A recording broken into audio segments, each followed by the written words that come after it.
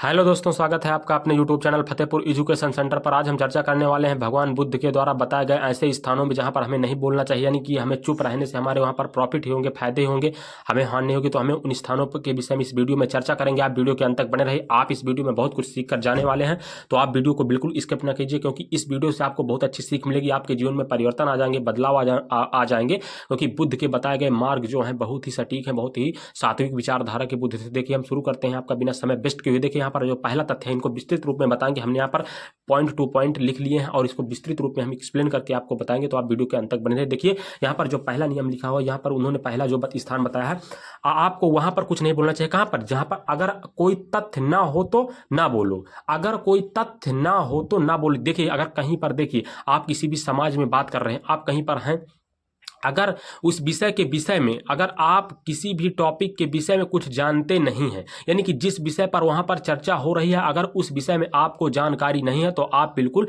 उस विषय में वहां पर ना बोलिए, ना चर्चा कीजिए। नहीं तो क्या होता है कि अगर आपके विषय में आपको किसी विषय में पूर्ण जानकारी नहीं होती, आप ये चीज महसूस भी किया होगा कि किसी विषय में अगर आपको पूर्ण जानकारी नहीं होगी और आप आधा अधूरा ज्ञान बताने लगते हो, तो लोग आपको वहां से जाने के बाद आपका उपहास उड़ाते हैं, कहते हैं कि बड़ा चला था बताने वाला, को खुद इस विषय में पता नहीं है।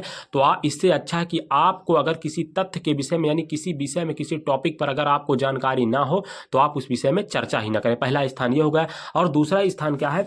अगर आपके, देखिए यहां पर दूसरा स्थान है, अगर आपके शब्द किसी को मानसिक ठेस पहुंचा रहे हो तो चुप रहो। देखिए, अगर आपके शब्द, यानी किसी भी कोई भी समस्या हो गई है, अगर आप वहां पर सुलझौता करवाने के लिए गए हो, या बिना मतलब ऐसे आपकी, मतलब आपके सामने कोई समस्या खड़ी हो गई है और वहां पर वार्तालाप चल रहा है, आप वहां पर पहुंच जाते हैं, ये बुद्ध के बताए गए नियम है, आप वीडियो के अंत तक बने। अगर आप वहां पर ऐसे शब्दों का प्रयोग करते हैं जिसके किसी मानसिक और किसी के स्वाभिमान को ठेस पहुंचती है, तो उससे अच्छा है कि आप वहां पर ना बोलिए। समझ रहे हैं ना आप हमारी बात? बुद्ध ने बताया कि अगर आपके शब्दों के द्वारा, यानी कि आप जिस माहौल को सुलझावता करवाएंगे, जिसका सुझाव करवाएंगे, अगर आपके शब्दों से किसी के स्वाभिमान और किसी के मानसिकता को, किसी की मानसिकता को ठेस पहुंचती है, किसी को खराब लगता है, तो आप वहां पर ना बोलिए। दूसरा स्थान। और तीसरा स्थान क्या है?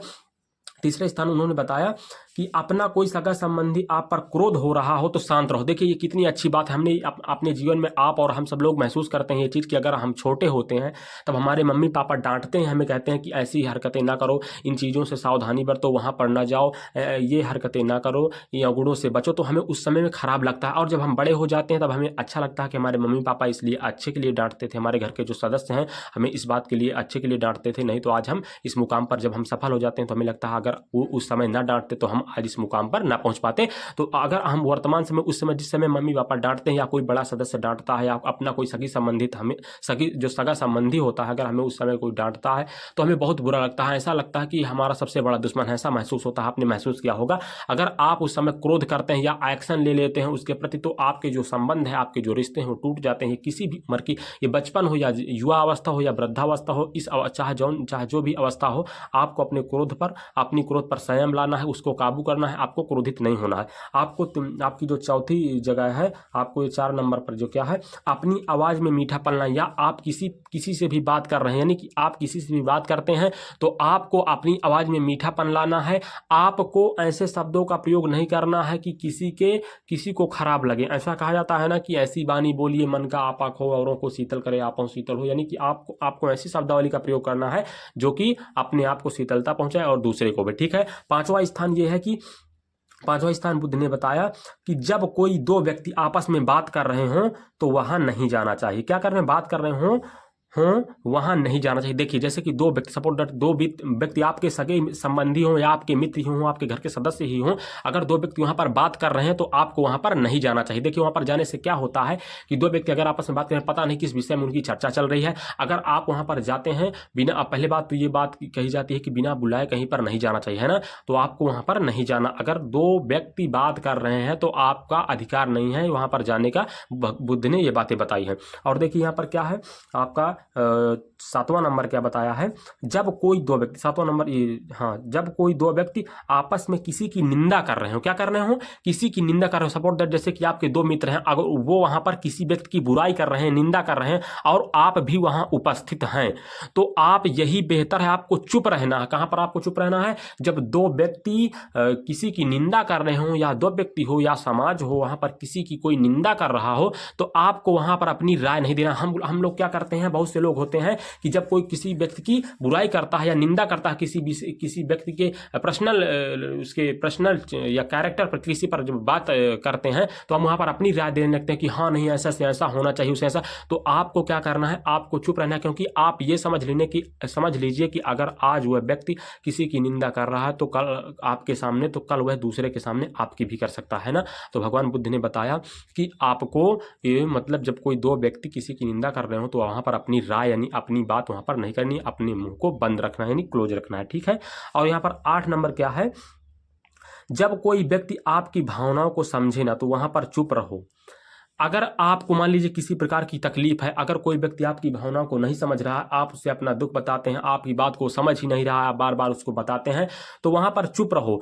क्योंकि देखिए, अगर आपको कोई व्यक्ति अपनी भावनाओं मतलब आप अपनी भावनाएं आपके साथ व्यक्त करता है, तो भगवान बुद्ध ने बताया कि वो आपको समझ रहा है कि आप उसकी भावनाओं को समझेंगे, यानी कि आप उसकी बात को सुनते हैं अच्छे से, इसलिए वो आपको अपना मानकर अपनी भावनाओं को आपके सामने व्यक्त कर रहा है। अगर ऐसा कोई नहीं करता, अगर आपकी भावनाओं को कोई नहीं समझता, नहीं सुनता है, तो आप वहां पर चुप रहें।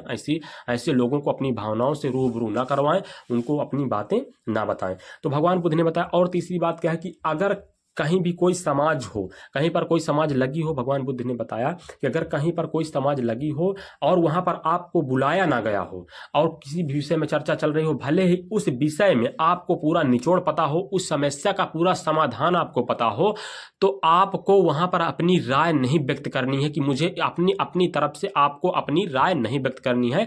क्योंकि अगर आप अपनी राय व्यक्त करते हैं, तो आप अपने ज्ञान की महत्वता को नीचा दिखाते हैं। तो आपको क्या करना है कि आपको अपनी तरफ से अपनी राय को व्यक्त नहीं करना। अगर आपको किसी सोसाइटी में बुला हुआ है, तो अगर समस्या के समाधान के लिए बुलाया हुआ, तब आपको अपनी राय व्यक्त करनी है, ऐसे आपको अपनी राय व्यक्त नहीं करनी है। तो मैं आशा करता हूं कि आपको ये वीडियो में बुद्ध के द्वारा बताए गए इन नियमों के विषय में जानकारी हो गई होगी। आप अपने जीवन में मौन रहना सीखिए, और अगर एकांत रहिए, शांत रहिए, एकांत रहिए, क्योंकि एकांत में ही आप मनुष्य आप एकांत से ही शांत, समझ रहे हैं ना मेरी बात को। आप एकांत में रहिए और शांत रहिए, अपने आप को दिन भर में थोड़े समय के लिए, कुछ क्षणों के लिए एकांत में रहने दीजिए, एकांत में सोचिए और सुबह ध्यान कीजिए, क्योंकि शांत रहने से, एकांत रहने से बहुत सी समस्याओं का समाधान मिल जाता है। तो अगर आप हमारे चैनल पर नए हैं, तो प्लीज़ आपसे हाथ जोड़कर रिक्वेस्ट है, हमारे चैनल को सब्सक्राइब कर दें और वीडियो को लाइक कर दें। धन्यवाद।